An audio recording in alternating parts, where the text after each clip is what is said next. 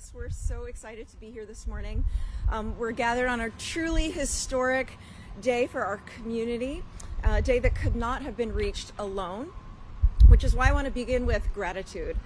Gratitude, especially for our federal partners, particularly President Joe Biden and Transportation Secretary Pete Buttigieg, for their leadership in enacting the bipartisan infrastructure law, a once-in-a-generation investment in our nation's infrastructure and competitiveness. This law marks the largest federal investment in public transit in U.S. history. And today, here in Lincoln, Nebraska, we will not miss the bus on that history. In fact, we are kicking things into high gear. I am thrilled to announce that our city's public transit system, StarTran, has been awarded a $23.6 million grant to design and build a new multimodal transportation center. And this funding comes to us from the U.S. Department of Transportation's Rebuilding American Infrastructure with Sustainability and Equity, or RAISE, grant program. Like the program's name, this grant will enable us to raise up this new center in downtown Lincoln and increase amenities and security for StarTran passengers and our team members and the general public. And while we're all excited about the future that this opens up, it's worth remembering that StarTran provides wonderful service every day to our community, and for our drivers, it offers a stable, rewarding career. For our many passengers, it's a ride to their job or school or the doctor's office. And to our community, it's cleaning up our air and reducing traffic congestion. And yet for many years, some in our community have sought an even better and bolder future for our public transportation system. Today's award is confirmation of the exceptional work that they've done to drive us toward that future. So I hope you will please join me in thanking our StarTran staff, our StarTran Advisory Board, and the Multimodal Transportation Center Advisory Committee for their efforts. Please join me in a round of applause for them.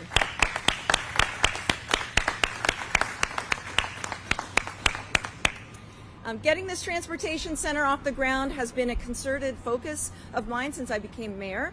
And among the many proposed improvements of this center are restrooms for drivers and the public, an indoor climate-controlled passenger waiting area, new administrative offices for StarTran, and improved mobility by integrating multiple transportation modes, including buses and bikes, scooters, and walking for our pedestrians. As we transition to this new center, we also advance another important transition, and that's a transition where we accelerate several goals of our city's climate action plan, including reducing Lincoln's greenhouse gas emissions by net 80% by 2050, and converting our city fleet to 100% electric, renewable, or alternative fuels by 2040. And already, today, you can see some of the buses behind me, nearly 2/3 of StarTran buses are a part of this clean fleet.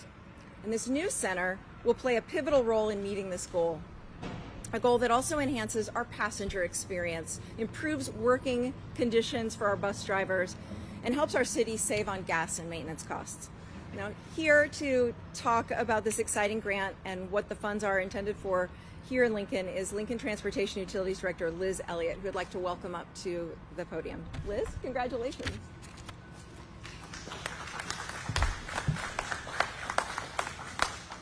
Thank you, Mayor. I'm thrilled about this grant award and proud to be part of the group effort that it took to secure this funding. StarTran continues to be an essential transportation option that offers nearly 10,000 rides every day. We transport people of all ages to doctor's appointments, jobs, schools, the grocery store, and more. This grant makes our dreams come true as we take StarTran services along with a variety of other transportation options to the next level and begin building a state-of-the-art multimodal transportation center. This transportation hub will hold 18 bus bays, include protected passenger boarding, better lighting, covered walkways, a waiting room, security, and administrative offices. This project will also offer better separation between pedestrians and buses, which will increase safety for all and be more environmentally sustainable. New technology will also be included in the project with the ability to conduct quick electric charges during bus transfers, which will allow us to have our electric buses out on routes all day long. As the mayor mentioned, this transportation center will also include bike racks, bike link bikes, and scooter link electric scooters. The goal is to have all transportation available at the center of the city, and this design will take Lincoln's transit and transportation systems to the next level of service and encourage even more people to ride a variety of zero to low emission sustainable options. Lincoln's Multimodal Transportation Center will be located on the block of South 10th Street between K and L Streets. This effort will cost approximately $32.2 million, which includes the federal raise grant of $23.6 million, the value of land estimated at $8.3 million, and an additional nearly $842,000 in local funding. This achievement would not be possible without the support of many different entities, including Mayor Gaylor Baird, the Lincoln City Council, Lancaster County Board of Commissioners, Lincoln Chamber of Commerce, the University of Nebraska, StarTran Advisory Board members, Center for People in Need, Lincoln Housing Authority, Lincoln Metropolitan and Planning Organization, WSP, and HDR. Thank you all for all of your help, and thank you, Mayor. I'll turn it over to you. Thank you so much, Liz. And at this time, I'd like to invite Mike Davis to come on up to the podium. He is our manager of StarTran.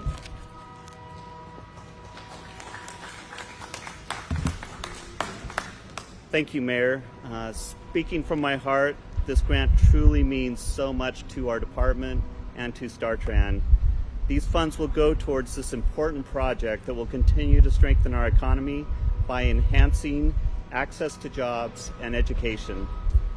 A cost-benefit analysis tells us that for every $1 spent, the project will provide $1.20 in benefits to our community. StarTran will continue to collect public input through the final design process and seeks to ensure equity considerations in the design of the Multimodal Transportation Center. Not only is StarTran working to have its entire bus fleet run on alternative fuels, but this multimodal transportation center will make riding the bus and getting around Lincoln that much more enjoyable. There's a lot of work to be done, and we can't wait to get started. Thank you.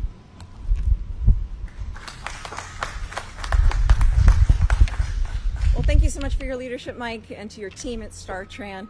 This is a really exciting day as we continue to move Lincoln forward. This is an exciting time for our dynamic community. The financial investments we are making, like the Lincoln on the Move project, like the Greenlight Lincoln project, and our collective investments exemplified by the dedication of our city staff and our residents, they're paying off and they're transforming our community for the better. A place we have reached thanks to our StarTran staff, Lincoln Transportation and Utilities team, and community members. And we are becoming that destination. We will really want to thank our federal partners for helping us along this path.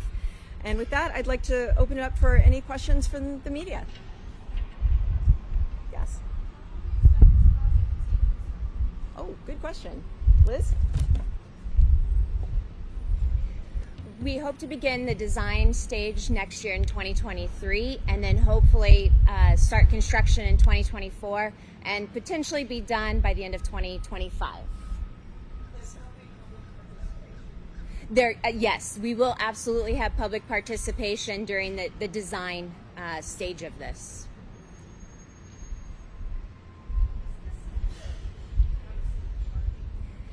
It is. Right now there's the current county city parking that's used by visitors as well as employees.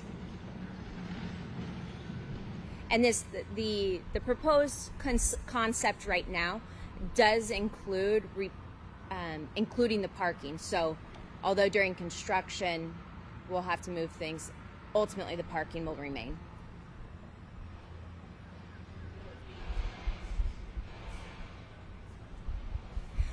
Actually, we may be able to increase the amount of parking.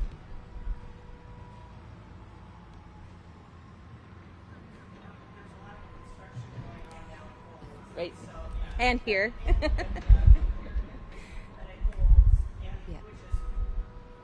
Yes. We are going to be looking. We are looking for an interim location. I hope to have more information. Hopefully, maybe in the next 2 weeks on that.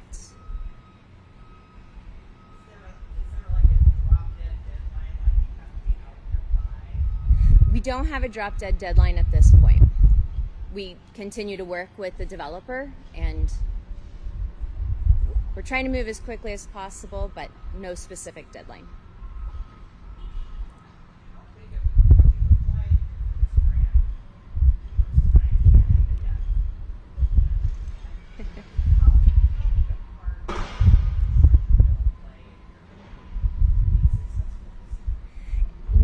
This is the 8th time that over the last decade that we have applied for this particular grant, and it's instrumental. Obviously, with the cost of creating such a state-of-the-art center, we needed the federal funding to be able to move forward with it. It is something that is in our CIP, and we're able to slowly add to it, but this really expedites and allows us to do it much sooner. And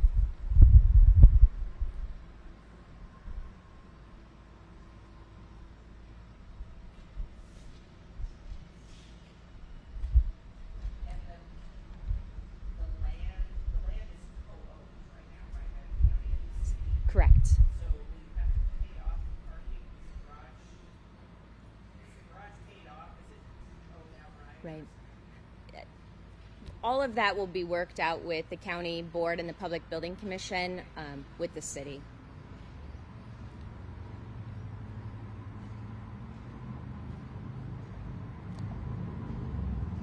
All right, other questions?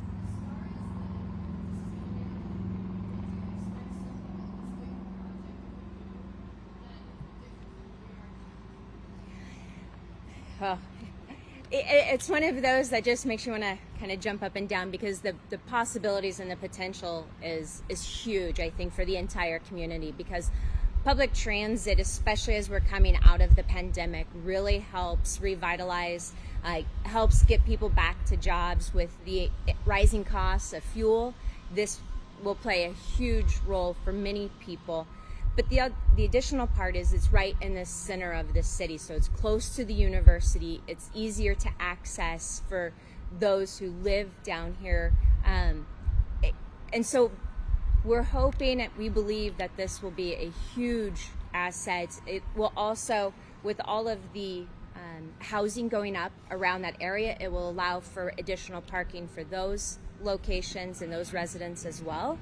So it really will be a big benefit to the city as a whole. But I will also invite the mayor if she has something to. Well, Liz said it very well. I would just add that as we were talking about the Golds Project and needing to relocate our existing shelters rather than a center that we have today, you know, we're helping to support economic development by making this transition. We're helping people get to work and to vital services. And we think that by having a more comfortable user experience, that this should help support increased ridership. This is going to make riding the bus in our community more comfortable, more fun, more easy and efficient. And that's great for everybody. That's a win for the people who use it. It's a win for our team that operates the system. And it's also, you know, a win when it comes to sustainability. We're really looking at how this can be a more reliable, effective form of transportation in our community, so that we can continue to make progress towards our climate action goals. Any other questions? Yeah.